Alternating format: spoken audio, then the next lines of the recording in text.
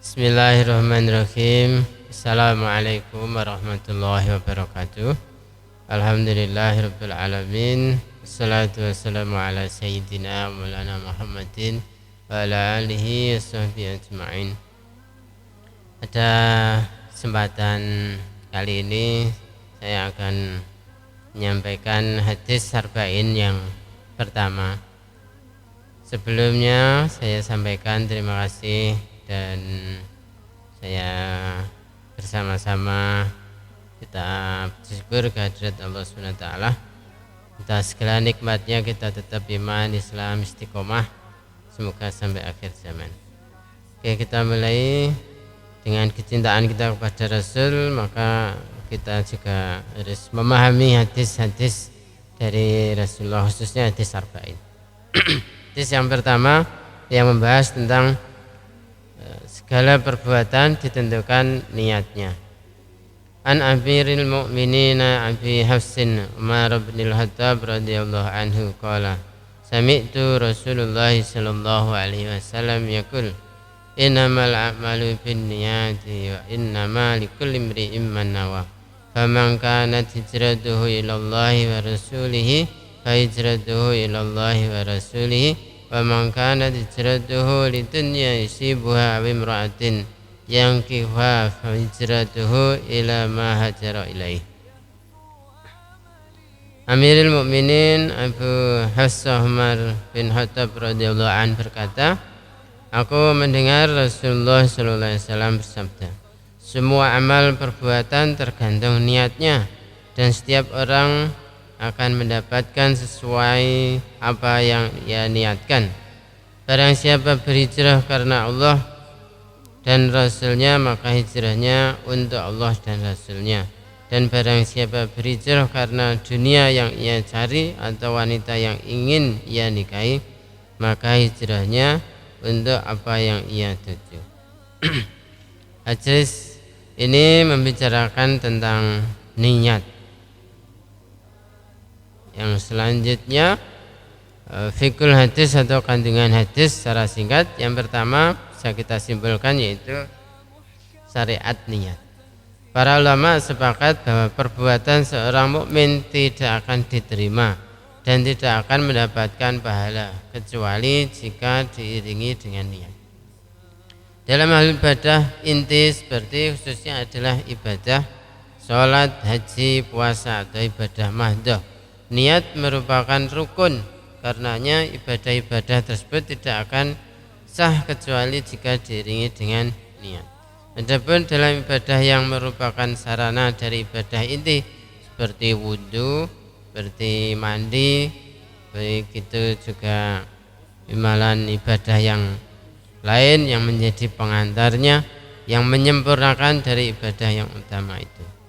Kalangan ulama mazhab Hanafi menyebutkan bahwa niat merupakan menyempurnakan untuk mendapatkan pahala. Sedangkan mazhab Syafi'i dan ulama-ulama lainnya menyebutkan bahwa niat merupakan syarat sahnya sebuah ibadah. Artinya jika tidak ada niat maka ibadahnya tidak sah. Dan yang kandungan yang kedua adalah waktu dan tempat niat. Waktu niat adalah di awal ibadah, seperti takbiratul ihram untuk ketika kita sholat dan ihram untuk haji atau umrah. Sedangkan puasa maka diperbolehkan sebelumnya, baik itu malam hari atau sore hari, karena untuk mengetahui masuknya waktu subuh secara tepat cukup sulit. Maka niat bertempat di hati, jadi tidak disyaratkan untuk diucapkan. Namun demikian boleh saja diucapkan untuk membantu konsentrasi atau kesungguhan kita atau penegasan. Niat itu adalah sebuah penegasan. Juga disyaratkan menentukan secara tepat ibadah yang hendak dilakukan. Jadi tidak cukup hanya dengan berniat untuk melakukan sholat secara umum, namun harus ditentukan sholat duhur atau asar atau khusus sholat yang lainnya, maghrib, isya dan seterusnya. Kemudian yang ketiga kandungan hadis yang pertama ini adalah keharusan berhijrah. Hijrah ini dari negeri kalangan orang kafir ke negeri Islam adalah wajib bagi seorang muslim jika ia tidak bisa melakukan ajaran Islam dengan terang-terangan. Hukum ini berlaku secara umum dan tidak dibatasi oleh waktu tertentu. Sedangkan hadis yang mengatakan tidak ada hijrah setelah Fathu Mekah atau penaklukan kota Mekah, maka maksudnya adalah tidak ada hijrah dari Mekah setelah peristiwa Fathu Mekah, karena Mekah sudah menjadi negara Islam. Kata hijrah juga dipergunakan untuk hal yang dilarang oleh Allah SWT. Oleh orang-orang yang menjauhi hal-hal yang dilarang Allah disebut dengan muhajir. Begitu juga dengan seorang muslim yang tidak mau menegur saudaranya secara muslim selama 3 hari. Begitu juga dengan wanita yang tidak mau berhubungan badan dengan suaminya. Seorang muslim kadang-kadang diharuskan untuk menjauhi saudaranya yang berbuat maksiat. Ia juga diperbolehkan menjauhi istrinya yang tidak taat kepadanya sebagai suatu pelajaran bagi si istri.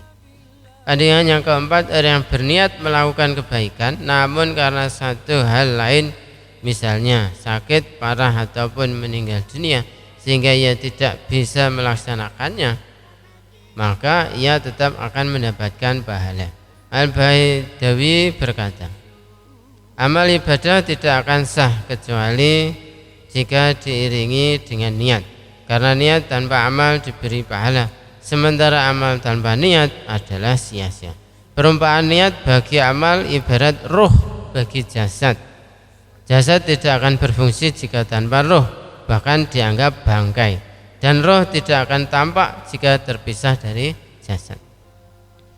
Yang terakhir, yang kelima, hadis ini mendorong kita untuk ikhlas dalam segala perbuatan dan ibadah agar mendapat pahala di akhirat serta kemudian dan di kemudian hari kita tidak menyesal. Oleh karena itu begitu pentingnya niat karena menentukan semangat orang untuk beramal.